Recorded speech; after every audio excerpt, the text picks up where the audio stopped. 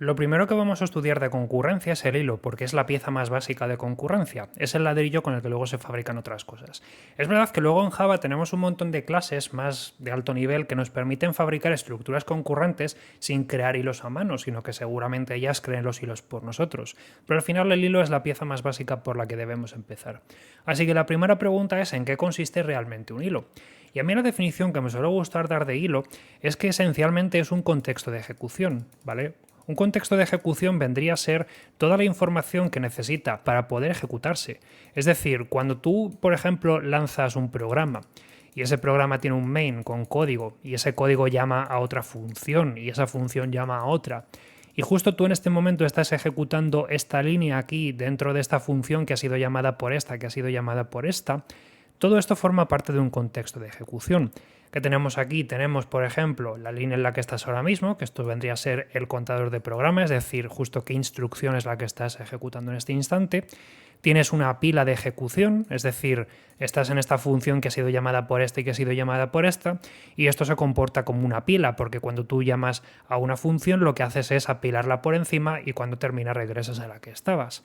Y luego tienes, por supuesto, la memoria local, como por ejemplo las variables locales que tiene cada una de esas funciones, que normalmente se guardan precisamente también pues, en la pila. Todo esto forma ese contexto de ejecución. Y un hilo realmente no es más que eso, es simplemente pues saber en qué punto del programa estás ahora mismo, qué instrucción es la que estás corriendo, cuál es tu memoria local y cuál es tu contexto de ejecución, es decir, cuál es la traza de funciones a la que has estado llamando. Cuando tienes muchos hilos, lo que tienes es un único programa donde tienes múltiples contextos de ejecución. Puede que haya otro hilo ejecutando cosas aquí, puede que haya dos hilos aquí en esta función haciendo un bucle, en fin, puede ocurrir cualquier cosa. Pero son contextos de ejecución generalmente independientes, y esperemos que independientes porque si se empiezan a juntar cosas es cuando podemos tener problemas. En general, hoy en día todos los sistemas operativos trabajan con hilos. Es decir, que al final un hilo, a pesar de que lo podemos crear y todo eso, como vamos a ver ahora en Java, realmente es una cosa que siempre va a estar ahí. Incluso aunque no uses multihilo, el mero hecho de crear un main en Java ya te habilita un hilo que se llamaría el hilo principal, obviamente, pero ese hilo es el que va a ejecutar tu código. Si no creas ningún hilo, pues solo tendrás uno, pero siempre va a haber al menos un hilo. Aunque es verdad que en Java, al igual que en muchos otros lenguajes de programación hoy en día, pues al final siempre tiene que haber métodos de apoyo. Y por ejemplo, el recolector de basura generalmente va a correr en su propio hilo y si haces una aplicación gráfica, esas aplicaciones gráficas van a tener sus propios hilos de swing.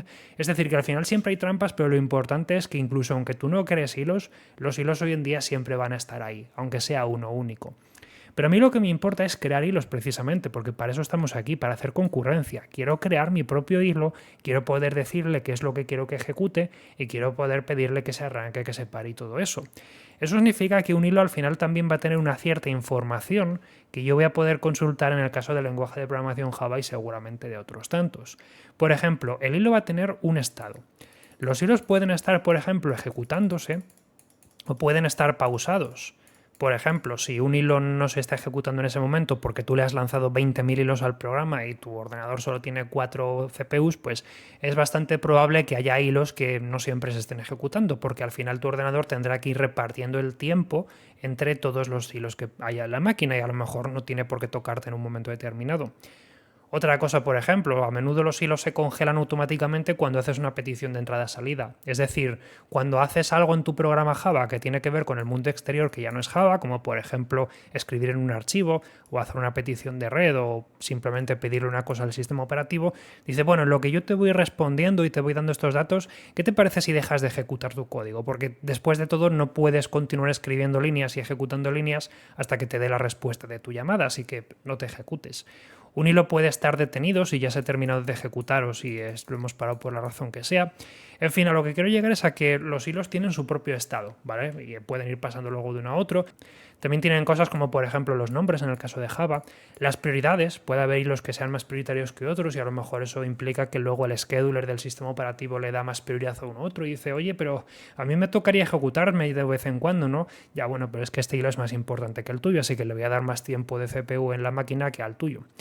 Los hilos, en definitiva, también pueden tener, por ejemplo, grupos para poder asociarlos y así hacer que formen parte de un grupo local, que luego vayan todos en grupo y los podamos parar de golpe, por ejemplo.